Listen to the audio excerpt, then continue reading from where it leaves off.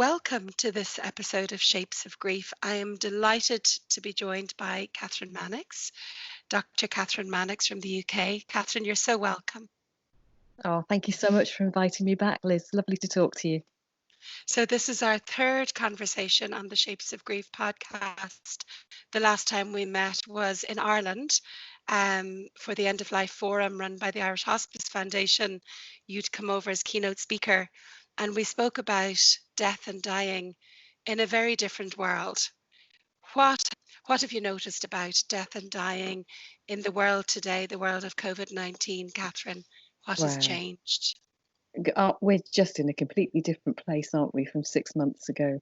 You and I were talking about how difficult it is to get people to talk about dying, to get dying talked about sensibly in the media. And now suddenly the actual D words, death and dying and dead, are in the newspapers, they're on the radio, they're on television news. And it was interesting, really, for me to watch that change from it being death as data, very impersonal, let's not talk about actual dying, to the way gradually we've started to talk about the experience of people who are really sick, the experience of loving somebody who's dying that we maybe can't be with because of the infection control boundaries in hospitals or in care homes. And now we're starting to hear the actual stories of people who have been sick enough to die and survived, people who've been sick enough to die and have gone on to die, and just that awfulness of all of our rituals around grieving being completely interrupted by the virus. It's an extraordinary time. Yeah, I'm glad you pointed out the statistics that we're hearing, on the news every day. And behind every single number is a person who's lived a life, who has loved ones, who's an integral part of their family and their community. And it's so important that we don't lose the humanity behind this crisis, isn't it? Absolutely right. And to start off with, I think I was so surprised to hear news bulletins talking about deaths that it took me a while to work out why I was feeling so uncomfortable about it, because clearly in my line of work, I'm not uncomfortable with the idea of talking about dying happening. And it was exactly that. It was realizing that they were only talking about data, and the humanity, those individuals, those precious lives were just not being acknowledged to start off with in the news bulletins at all. And yet there are people all around the world grieving for every single one of those numbers because they were people. Yeah. And I think there's certain stories that come out that grab our attention. I know certainly in the UK, the two stories that reached me and hit me hard were the young pregnant nurse who died, and her baby was saved. And there was also a young boy, a 13-year-old boy who died in the early days. I don't know his name. Sorry, I don't know his name. But it's when you see their face and hear their story that you realize there is so much grief and loss happening that's not reaching our ears. We're just, you see people saying how many today, on some of the social media talks by our government here, how many today. It's very dehumanizing. So Kathryn, back to my question. I know that in the UK so far there's been around 25,000 deaths that have been documented, and speculation that it could be a lot more. And that's almost 10% of the global population of people who have died from COVID-19. It's a lot of people, a lot of families who are bereaved. What has changed with that amount of people dying as a result of COVID-19? What has changed in palliative care? It's a very broad question. I know it's probably requires a layered answer. Yeah, so let's break it down a little bit. So first of all, let's think about palliative care in hospitals, because a lot of people who have become so sick that they're really struggling to breathe have been brought into hospital and then have discovered that they can't have families with them. And we've changed our rules now so that if you are so sick that you might be dying, or if you're a person who needs personal assistance because you've got a physical disability of some sort, or your way of understanding the world requires assistance, like somebody to sign to you or somebody to help you with your intellectual disability or something like that, then you can have somebody with you, but it's still very, very limited. So families were discovering that as the ambulance doors closed, that was the last time they were ever to see this beloved person. And that has caused some really, really interesting changes in communities. It's changed the way people have talked to each other about things, and it's brought people out to support each other in a really wonderful way.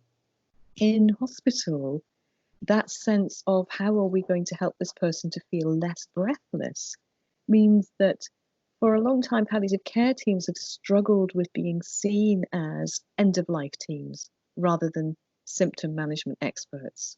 And now here they are being called upon to help manage breathlessness, or people being agitated and restless because the oxygen levels in their brain aren't high enough for them to think clearly, or some of the flu symptoms of COVID, like the aches and pains that people get in their muscles.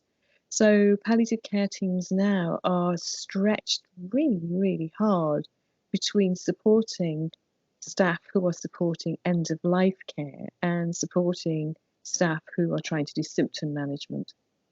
My colleagues that I've been talking to are saying they've never felt so appreciated in their whole careers. And, you know, we've always felt appreciated by people, but we're welcomed in wards that we didn't know people so well because they weren't territory for palliative care patients previously.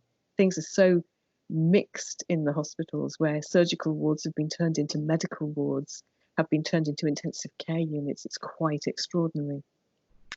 In the community, I think things are quite different, and it's very, very difficult for people.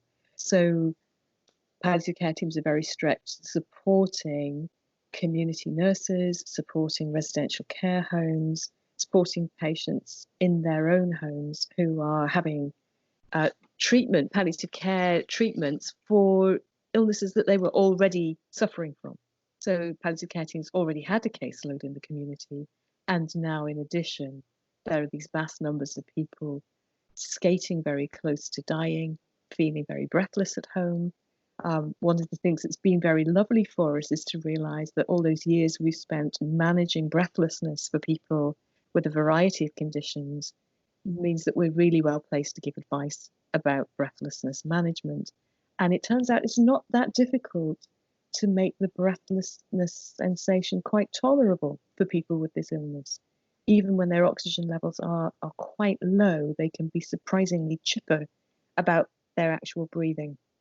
So lots of good advice being given out, but sometimes just not enough hours in the day to do the number of visits at home that people normally would like to do. So lots of virtual support going on. We're all exploring lots of different contact platforms, and Zoom and Microsoft meetings and Skype and heaven knows what else, so that people can talk to their palliative care nurse. We've had, grandchildren showing grandparents how to use WhatsApp video calls, and it's very, very interesting. But it means that the services are very stretched, and I think that a lot of my colleagues feel anxious that their patients are not getting the level of support at the moment that they could have been given 6 months ago when there wasn't all of this going on. I think the public, though, they understand that everybody's doing their absolute best. We've got this thing on Thursday evenings here in the UK. You might be doing it in Ireland as well, where everybody comes out at 8 o'clock in the evening and claps for carers. And I think people really do appreciate everything that frontline carers are doing. And I was saying to my checkout lady in the supermarket last week on Thursday nights, I clapped for her, because these people are taking a risk coming to work. Yeah. They don't know who's coming past their till. At least possibly in the health service, you've got your PPE and you know that you're dealing with somebody who's got positive swabs. But there are heroes working out in our high streets and delivering things to our doors, aren't there, who are just doing fantastic work. It's the Yeah, idea of frontline staff has totally changed now, really.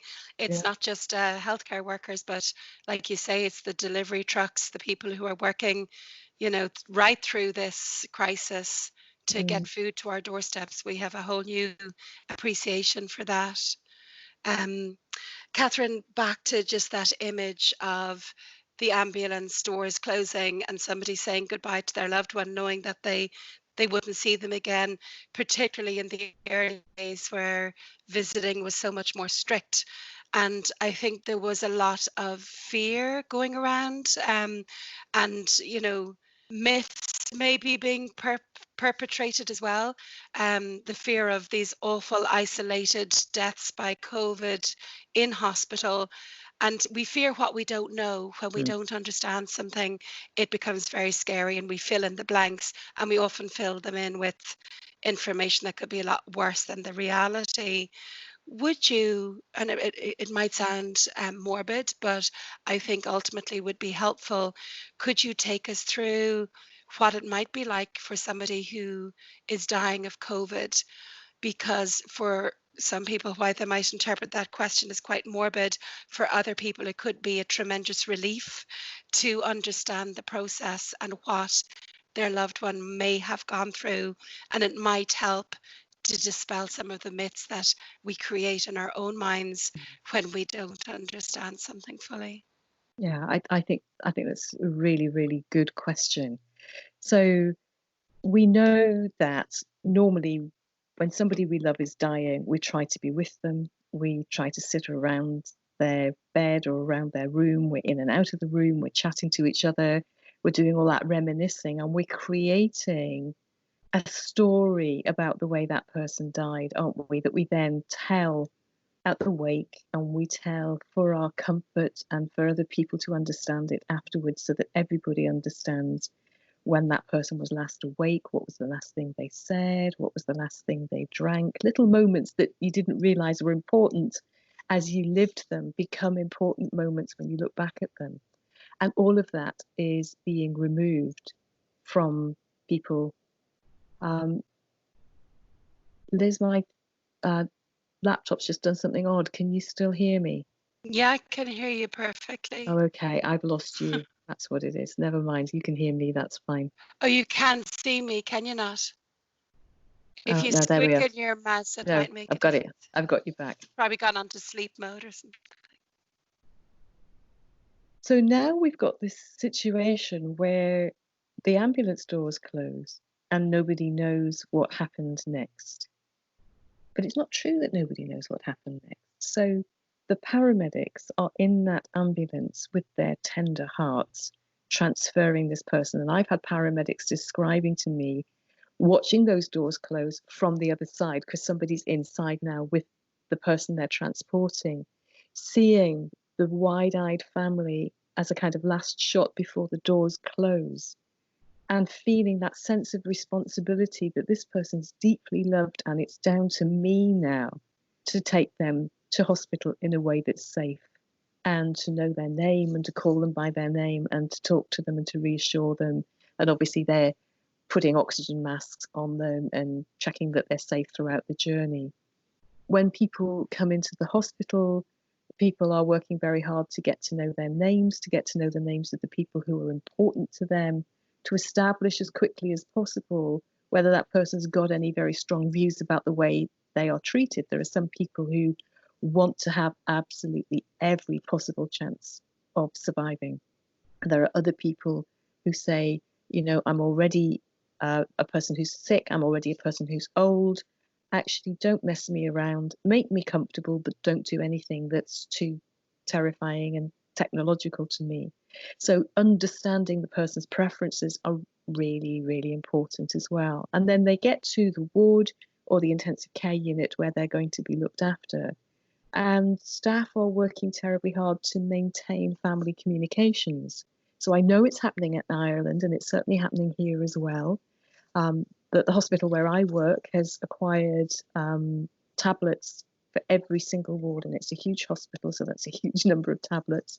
So anybody who doesn't have their own smartphone, there's a ward tablet that can be used with all the fancy control of infection rigmarole that goes on, so that they can make video calls or audio calls to their families. I've heard a story about a granddad listening to his grandchildren singing nursery rhymes to him with the tablet on the pillow beside him, and he was too tired to sit up and chat, but he could hear their voices and he was smiling, its oxygen mask over his nose and those lovely voices in his ear.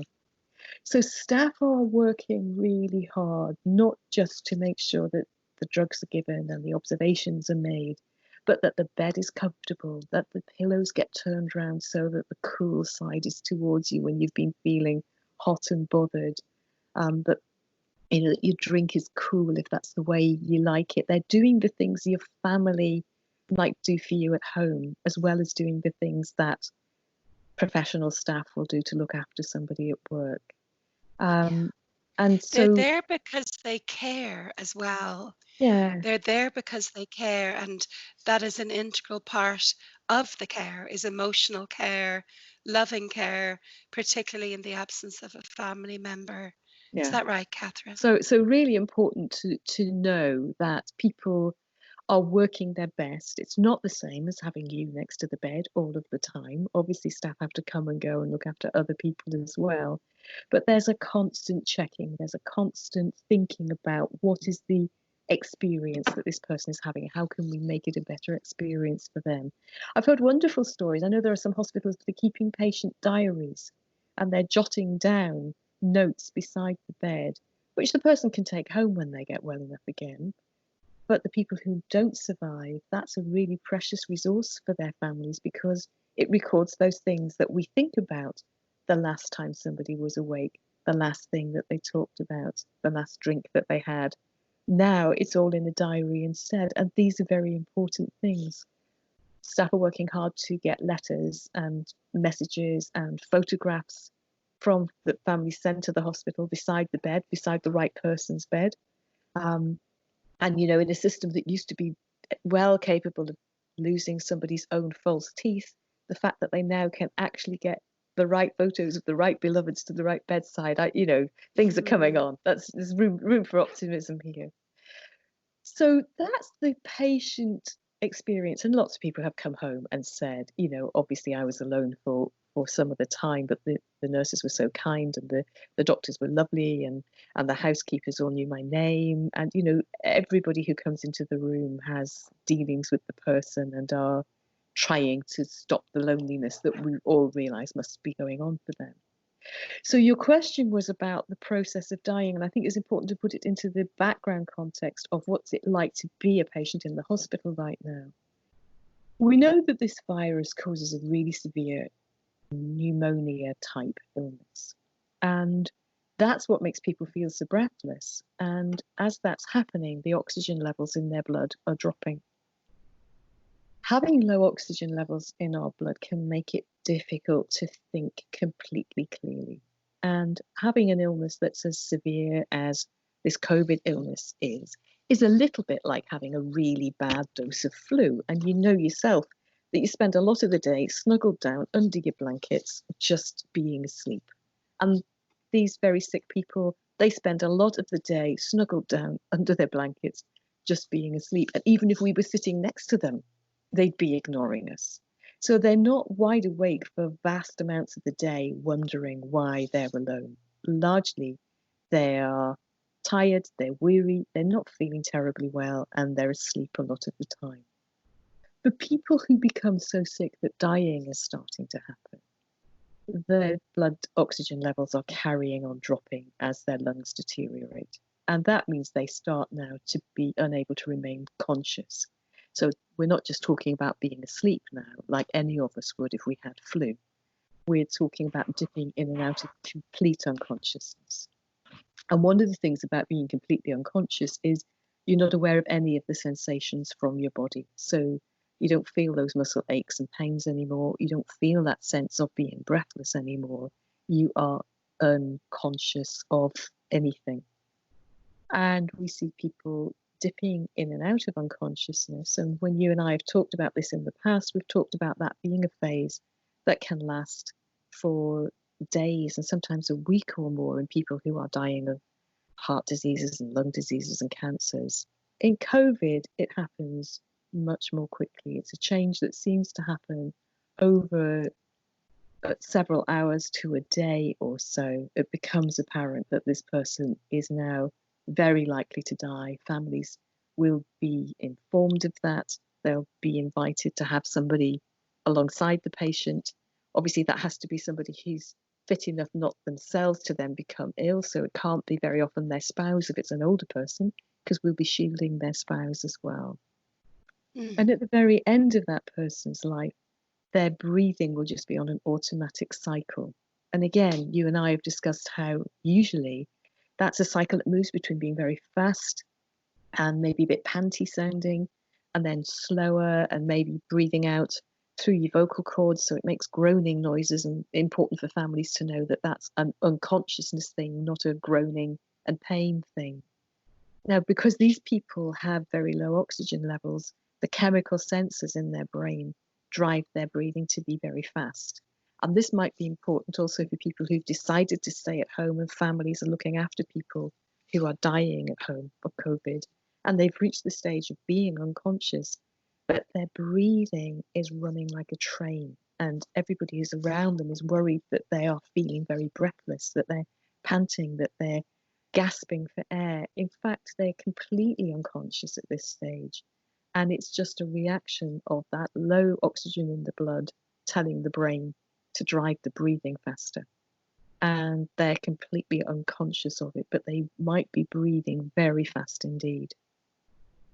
And then the breathing starts to slow as the brain itself starts to slow down. And that center that drives the breathing starts to switch itself off. And there are pauses in the breathing, and then there will be a breath out that seems like the previous breath out, but just doesn't get followed by another breath in. So people are not awake, desperate for breath. They're not casting their eyes around wondering where their beloveds are. They're deeply unconscious by the time they get to the point that their final breaths are approaching. And in the period before that, when they're in and out of consciousness, now we're allowing a visitor, he'll be recognised by that person, and we're all trying very hard to support the visitors as well. So although it's terribly difficult not to be with people, the picture we can paint in our minds can be much more frightening, I think. That's exactly what I Yeah. was just thinking. Yeah. The stories can be infinitely more distressing than the reality. So you were saying there, Kathryn, that somebody could be with that person if they're in hospital. I know a cousin of mine died a couple of weeks because his mother was elderly, and it was non-COVID related, but there are people still dying of other illnesses in hospital all the time who are deeply affected by this crisis as well. That person must wear PPE gear, is that right, in the UK? Yeah. Still? And that's a whole other aspect then, isn't it? The PPE gear and trying to get our humanity out through from behind the mask and behind the screen. A friend of mine is a consultant, respiratory consultant, and himself and his team printed up photos of themselves, and they wear them on the front of the PPE gear, so with their name, so that patients can maybe recognize them if they're well enough. Yeah. How is that being managed in the UK? Well, lots of similar ideas. So in fact, the first photos of people wearing their photos on their PPE that I came across were from the Beaumont Hospital in Dublin. Yeah, that's where my friend works. And that's a very widespread practice now, and it's an absolutely fantastic idea. People have got photographs of themselves on their mobile phones, so they're introducing themselves to their patient and then saying, look, this is what I normally look like. And so it's a photo of me in my normal life. So it's people with their dogs, people with their families.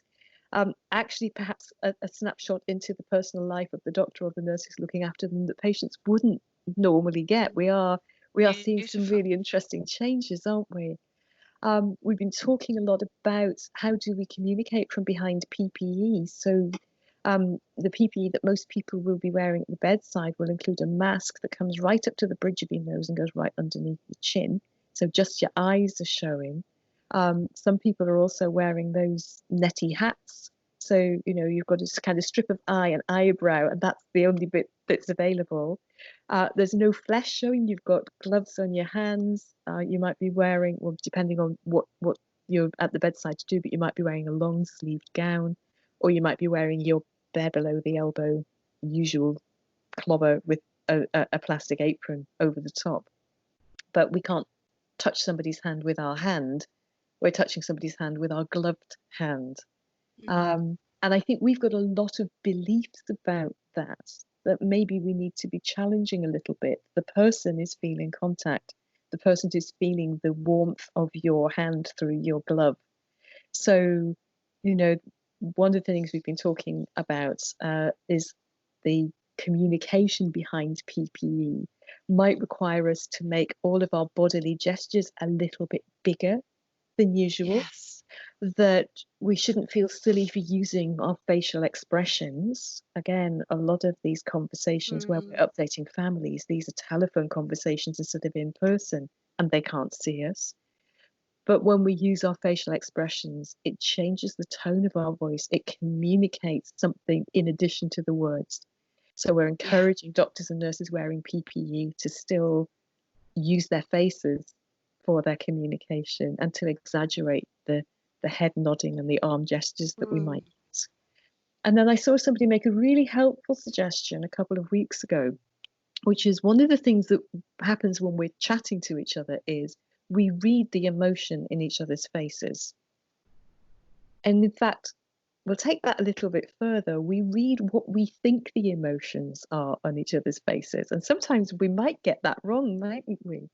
So this person was saying, rather than asking somebody to work out whether your eyes are closing a little bit because you're smiling or because you're frowning or because you're trying to stifle a sneeze, actually name your emotions.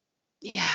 So, you know, I'm having this conversation with you, and as we're having the conversation, I'm feeling sad that I've got my face masked up and we can't talk to each other as clearly as I would like. How does it feel for you? Yeah. So not making it about me, but actually bringing who I am and what I'm feeling into the conversation in a much more obvious way than we normally would do. The other project that I got consulted about was somebody who is an ITU anaesthetist, a woman called Rebecca Grimaldi. And she was talking to a patient who'd been discharged from the intensive care unit. So hooray, had survived and was going out again. And he had been terrified by not being able to understand communications with people behind PPE, particularly because he was intubated, he was ventilated, the ventilator was making a noise, there's banks of monitors making chiming noises. And he said it would have been helpful if people had had something written down at the same time as they were saying it. So she has started something called Card Medic. And if you put it in a search engine, it will pop up straight away. It's free of charge to use. And she's got conversations on cards that you can either have as laminated flashcards, so you can wipe them clean between conversations with people, and also because they're laminated, you can write onto them with one of those semi-permanent markers and then wipe it off for the next person's conversation, or you can bring them up on your mobile phone. And I was asked to help with the end of life conversations, and that was really, really interesting because we had to then deconstruct how do you have the conversation that asks somebody whether, if they were so sick that their life could be in danger, they would want us to tell them that or not. And then how do you pace that conversation so that you stop sufficiently frequently that the person can take in what we're saying and decide whether or not they want us to continue now, or whether that's enough for now and we could continue later, or whether that's enough and I just don't want to talk about this anymore. So it clearly can't be one scrolling screen that goes from we're feeling worried about you as the opening thing to we think you might die in the next few hours, three phrases down. You can't do it like that. So deconstructing that conversation and realizing how much of that conversation, when we have it with warmth and empathy, is about asking questions and not about making a statement. It's about asking people how they feel things are going and listening to their interpretation of events and working out whether in fact they are more scared than they need to be, and whether what we need to tell them should be reassuring, or whether in fact it hasn't occurred to them that they could be getting so sick. And do we need to help them to be more aware of that, or would they prefer not to be so aware of that? So listening more than we speak and asking more questions than the statements we make, it was a really important part of offering some menus, if you like, for the cards, for the card medic It's a conversation. skill. It's a real skill, isn't it? And I think an overriding theme I'm hearing from you, Kathryn, is how our communications are actually deepening as a result of having to wear PPE gear, do things differently, not having family members maybe present. We're having to dig deeper to connect with those we want to connect with. Mm. You know, my friend in Beaumont, I love that that's where you saw it. You know, let's put our pictures there. Let's show our humanity through our iPhone. Um, yeah, you moved that it's like your little umbilical cord from But your laptop in into. fact, I've got 2 pictures of you here. I can't see me, and it's just occurred to me that it's probably lying over the camera. It was, but it looked like your umbilical cord joining you from the computer to your navel somewhere. Ground But control to Major Tom. you can't see me at all, No, can I you can see, not? I can see you twice. I can't see me, which is fine. But it just suddenly Oh, occurred to me that sorry. this is Okay, dangling across okay. the camera. Oh, that's so funny. Um, yeah, the with grief counselling, we've moved all our sessions online, and I would have worked online anyway with complicated grief therapy with people in different countries. And initially, when I first thought about it years ago, I was very skeptical, because I would work with the body so much and co regulation, and how could we possibly do this via a screen? But it's actually incredible, when your intention is to be present, full of integrity, connecting with someone, deeply listening, you sense that is sensed, through the Mm. screen, even though somebody could be miles away. And you're required to draw on parts of yourself that you may not actually do in person either. A deep sense of presence to truly listen so you don't miss anything. uh, yeah, I suppose what I'm trying to say is, that we communicate in all sorts of ways, not just physically present, not just verbally. Yeah, and I don't know how you feel about this, but the sense of an energetic communication where, I was walking along the beach the other day, and suddenly out of nowhere, I started thinking about a woman I know in a funny scenario a couple of years ago where I was holding her foot. And then I looked up and I saw this woman who looked just like her. And I thought, oh my gosh, there's Yasha. And then as I got closer, it's like, it is her. Um, and it's almost like, gosh, I downloaded that before she came along. Um, and that would happen quite regularly, and other people would say the same. We think deeply about someone, and then the phone rings and it's them. Mm. you know, what part of us, what is that that we could maybe tune into a bit more in these times? I don't know. What do you think about that? I think it's one of those great mysteries, isn't it? That sense of going to make a phone call to somebody, and as your phone up, they are calling you. That has happened to so many of us so many times that you think, well, what on earth is that about? Are we both seeing the same weather? It reminds us of an event we shared together. Well, that could be so if we're, in the same little bit of land, but it happens around the world, doesn't it? It's absolutely fantastic. That's that kind of sense of serendipity, or the moment where you find the guidance that's just the guidance you needed, in the words of a complete stranger, or you see, you know, an advertising slogan, and actually you take a completely different meaning from it because that's the guidance that you needed right now. I think we're all being more open-minded, aren't we? We're awake Yeah. to possibilities that perhaps we weren't so awake to before. I think in grief, one of the tasks of the grieving process is to relocate our deceased loved ones. Something that's really difficult is they're here, they're alive, and then suddenly they're not here, they're dead. Where are they? Mm. Where do I find them now? Where do I locate them? And that can take a long time. It can take a few weeks. It can take a few years, but people find them somewhere. And I think we can do that with our loved ones when they're still alive as well as, how do I carry them in my heart or in my sea swim or in the apple tart I bake or the lemon meringue pie. Yeah. It's that sense of bringing people in and locating them in our actions or in our body or in a feeling. But it's a type of communication and connection that this virus may well bring more to the forefront. We're going to have to find ways of doing that more and more.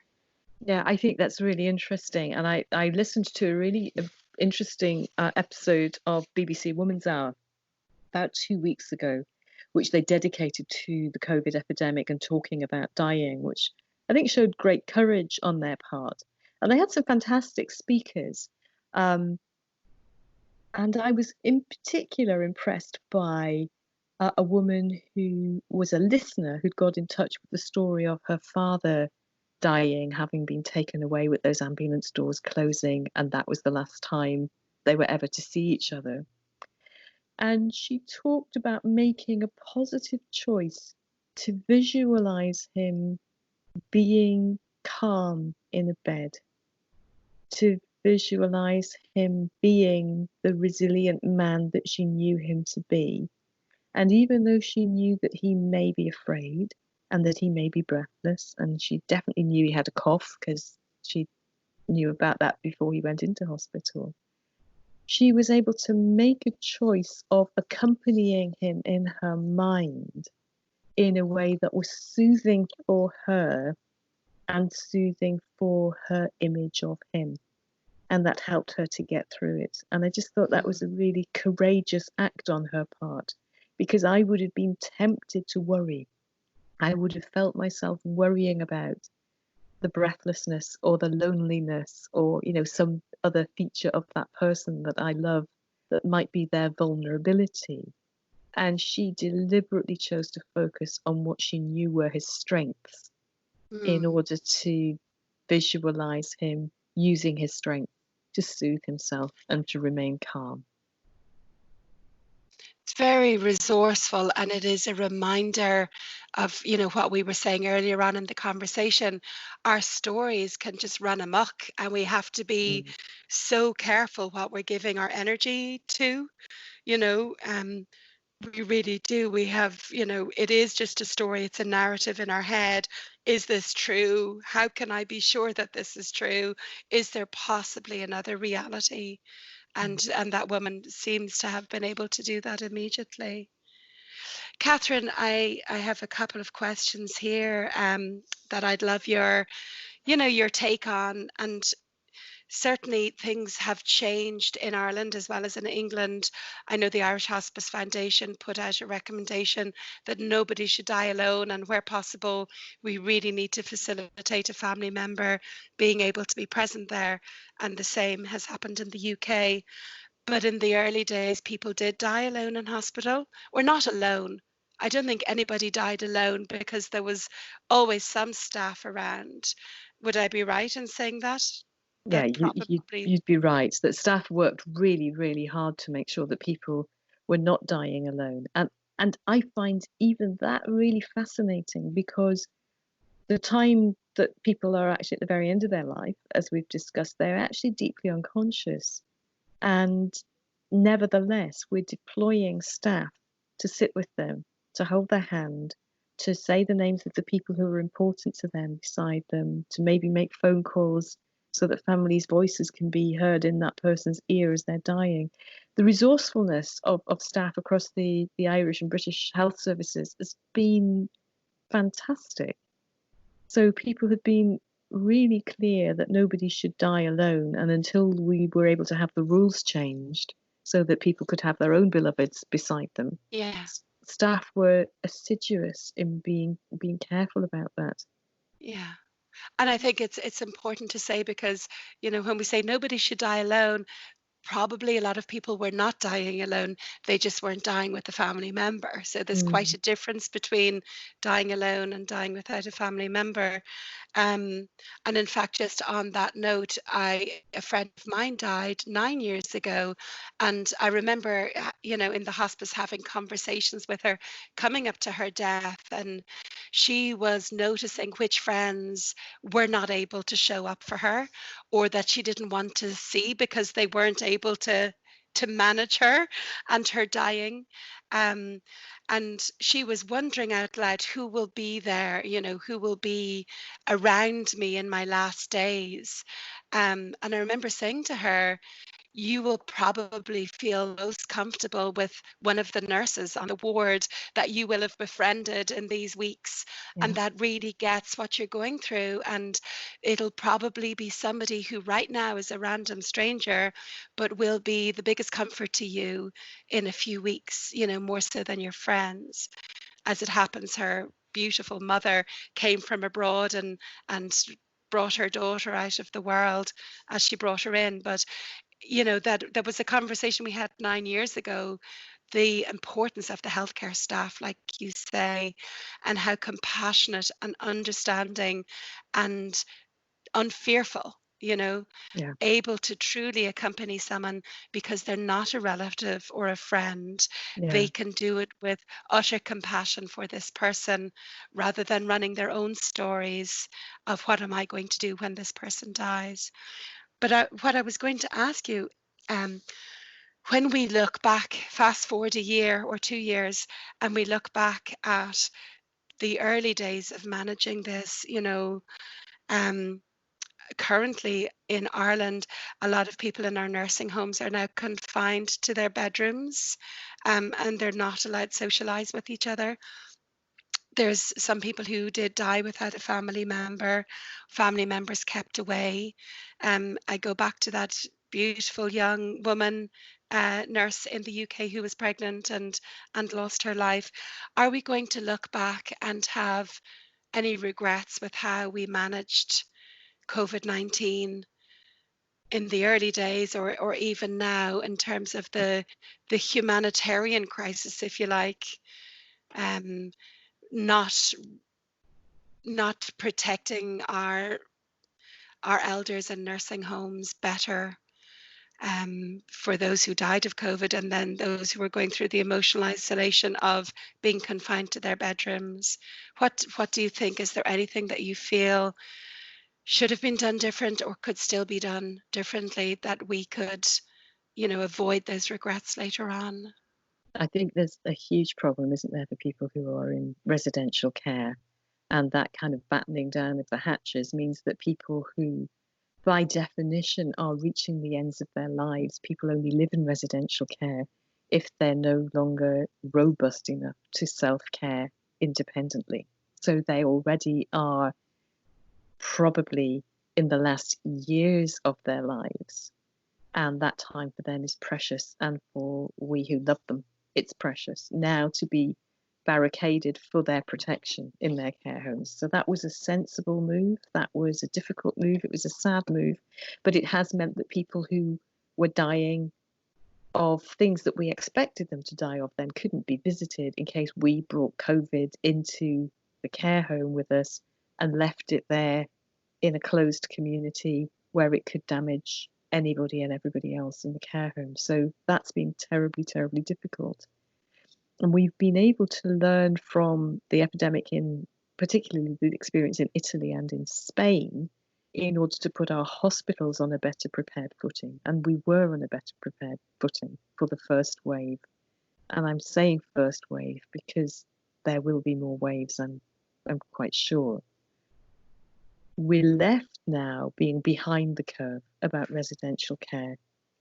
And there's a lovely newspaper story in the British newspapers last week about a residential care home where the staff decided that they were not going to let any of their residents die of COVID.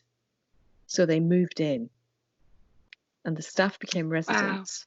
Nobody is coming in and out. Deliveries are coming for the kitchens and the laundry's being taken away and brought back.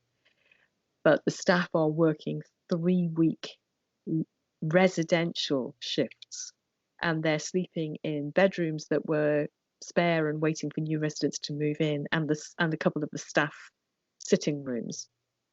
And there's a lovely photograph of staff and residents all standing along this great big window waving to their families outside. And they haven't had a single person contract this bug. And the staff who are waiting to come to work, living at home, are self-isolating for 14 days before they come to work.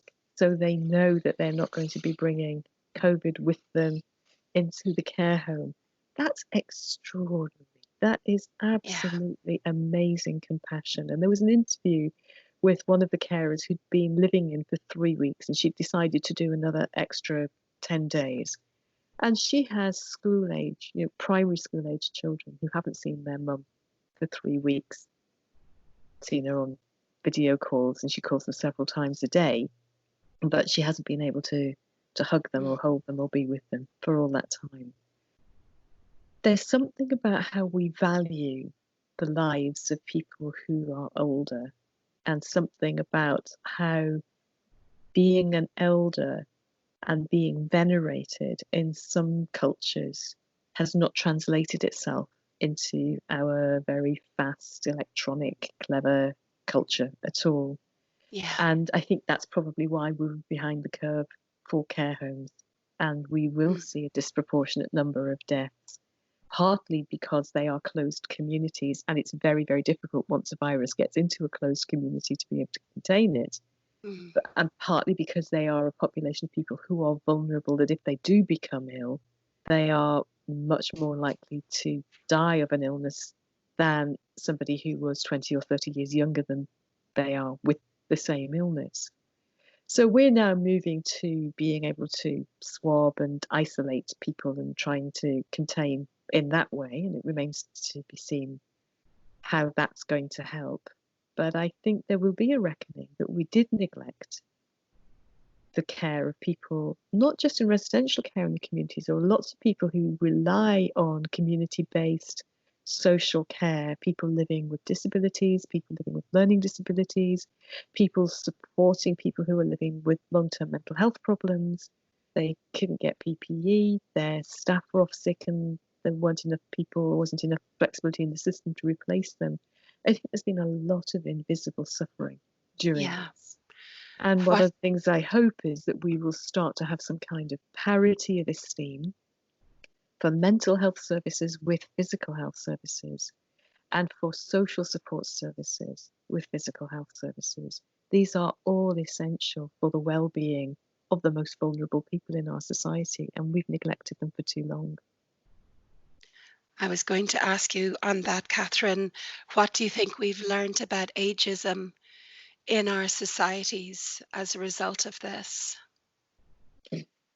I think that's really interesting because I read newspaper reports about blanket resuscitation policies. And when I chase those down, I don't find blanket resuscitation policies. I find blanket communications about the need to discuss your resuscitation preferences. And then an inference being made by the newspaper that everybody who got this letter is going to have a conversation that says they're not for resuscitation, when in fact, that's not it. So I think one of the things that will come out of this, that I hope will be a good thing that will come out of this, is how important having the opportunity to have conversations around planning ahead, advanced care planning, really are, so that we understand the condition that we've got, whether the condition is simply being nearly 90, like members of my family, or whether the condition is being relatively well for somebody in their 60s, but with a serious and important heart condition that could change things on an instant if it happens to go wrong. And we need to know those things about ourselves. We need to have that conversation with a doctor or a nurse who knows us, who can explain those things, so that then we can say, okay, if I get flu in next year's flu wave, this is how I want to be managed. And if my heart does do that awful thing that you think it probably won't do, but it could do, I would agree to this level of support and that level of input, but I wouldn't agree to something more extraordinary, or I want everything. But you can't have that conversation in a vacuum. The conversation has to be about you, has to be about your health. It has to be with a person who understands what the implications for your health are. And then it's about your values, it's about your beliefs, it's about your wishes and your preferences. And everybody's entitled to have a conversation like that should be got out and dusted down regularly as well, because as we get older, the things that are our life challenges and our health challenges are going to change as well. So I would like one of the legacies of this pandemic to be that we see advanced care planning as a right of every citizen, as a very, very important right of the most vulnerable people in our society. And that instead of newspapers thriving on outrage, that they will actually deliver some helpful, realistic stories about people who were able to plan in advance and who found that having that plan in place enabled the right healthcare decisions to be made for them when it really, really mattered. Yeah, good point, and so important. I think, like you said earlier, there's more conversations about death and dying. It's all over the newspapers now, and hopefully these are the conversations that will come from it, rather than outrage or hysteria, or clickbait. That we'll have some really important conversations coming out of this whole pandemic. I find it really interesting to see people's ideologies at play. You know, it takes something like this, or maybe a vote or a referendum, to see who your neighbors are, who your friends are, you know, what are people's ideologies. And um, I'm sitting with, I have an elderly friend who used to be part of a religious community, and she's my one of my kids' godmothers, and her wife died a few months ago, so she's bereaved, and she has been isolating since the end of February, since news first broke about COVID-19. So she's nearly 3 months home alone. And in the religious community that she used to be part of and hasn't been in for a number of decades, but is still very connected with them, 7 of that community have died, you know, from one small place here in Dublin, and 3 of them are in ICU. So that's like a whole section of her community gone, Yeah. just like that. And then, you know, in the next minute, I'm seeing somebody else saying, this is all just so overrated. Why can't I go to the hairdresser and start playing golf again? And, you know, or somebody else, it's all just a conspiracy. They just want to get us all, whoever they are, want to get us all vaccinated, and they want to control us, and they don't want us to have our own minds. And we're looking at all of these realities coexisting. How, you know, how do we change people's ideologies and biases so that they can see they have certain ways of thinking or certain biases that are preventing them from seeing a much bigger picture that holds so many different realities? It's so fascinating, isn't it? And you're right, we're watching it all playing out. One of the big polarizing discussions in the United Kingdom, as you will be aware, in Ireland, was Brexit. And after Brexit, our society was so divided and hostile. It was heartbreaking. And we were saying, you know, it's going to take something absolutely extraordinary to heal these rifts. Yeah.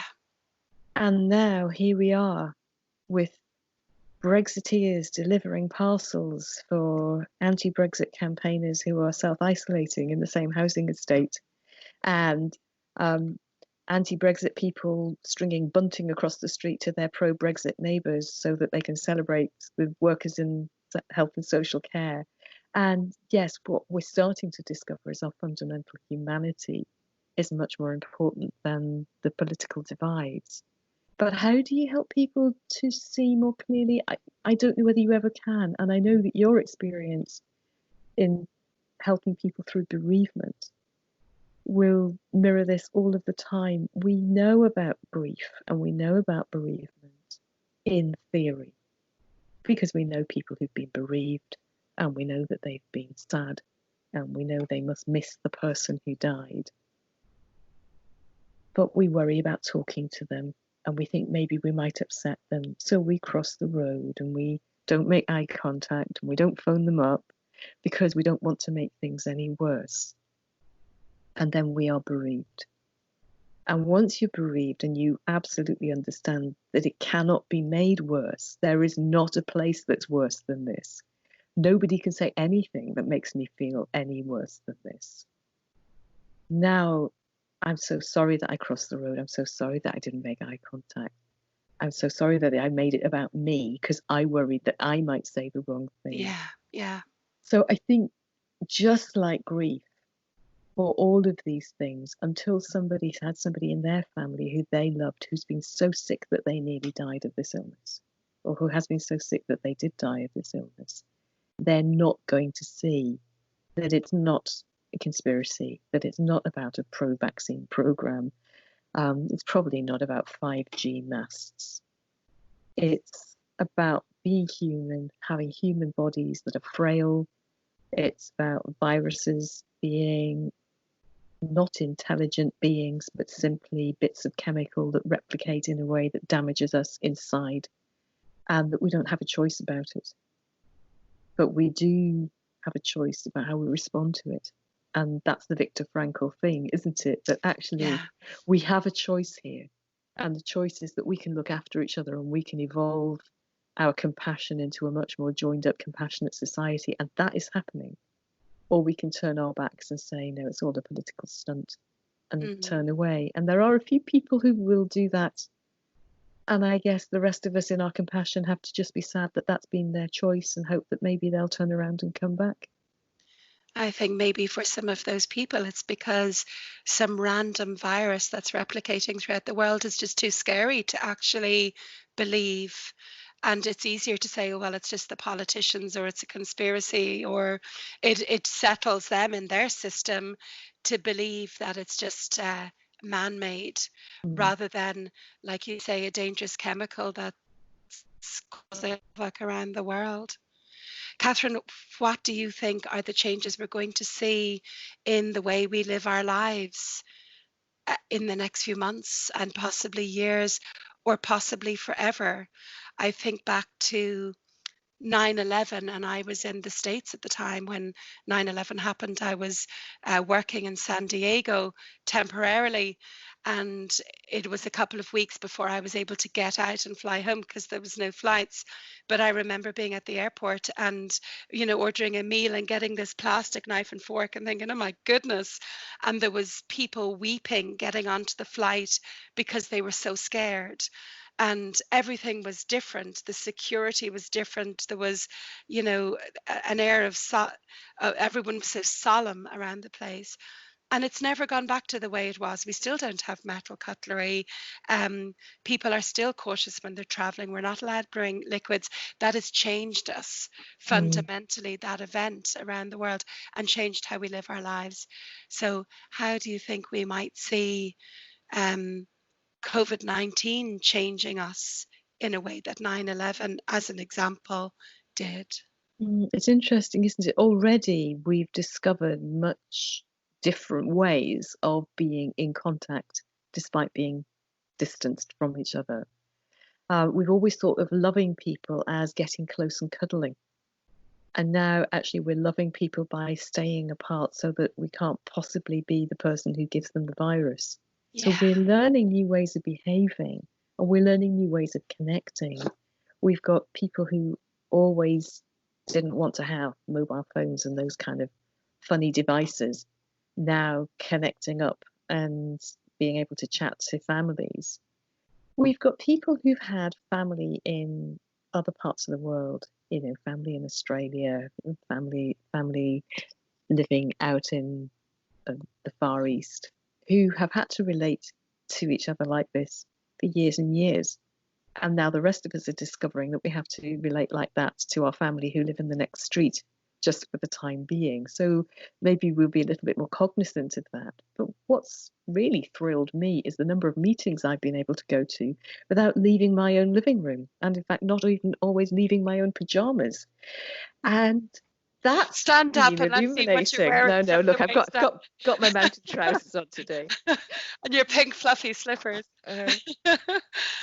So I think that one of the things that's been really interesting is we were on a trajectory for climate chaos before all of this happened. Yes. And we've discovered that we can switch that off and it makes a difference, and that the smog levels in Wuhan have settled and the birds are singing now again. Now, clearly, if the economy crashes, then we're all going to have a really difficult time.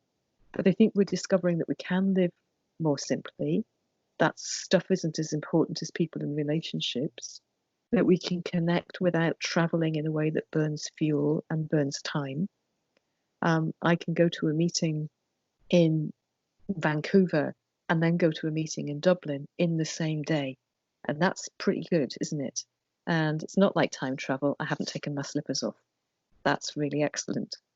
So I think that it's hard to project how much we'll learn long time. You always hope that there'll be great learning and that society will change for the better. And that's all really kind of idealistic. And I hope all of those things. But I also think that as soon as we can get the economy running again, there'll be smog in Wuhan again. So we need to just, more than anything else, I think, realize, look how resilient we've been. This came out of nowhere. It has swept the world. It has broken hearts. It has broken families. It has broken economies. But we're all somehow getting on with getting on. And that being human has something much more important to it than stuff. That's, I think, the message I hope we'll all take out of it. I love that. It's a lovely note to finish on, Kathryn. Being human is so much more than stuff, amassing stuff that we can't bring with us anyway. Yeah, lots of food for thought. Thank you so much, Dr. Kathryn Mannix. Lovely to talk to you. Thanks, Liz. Yeah.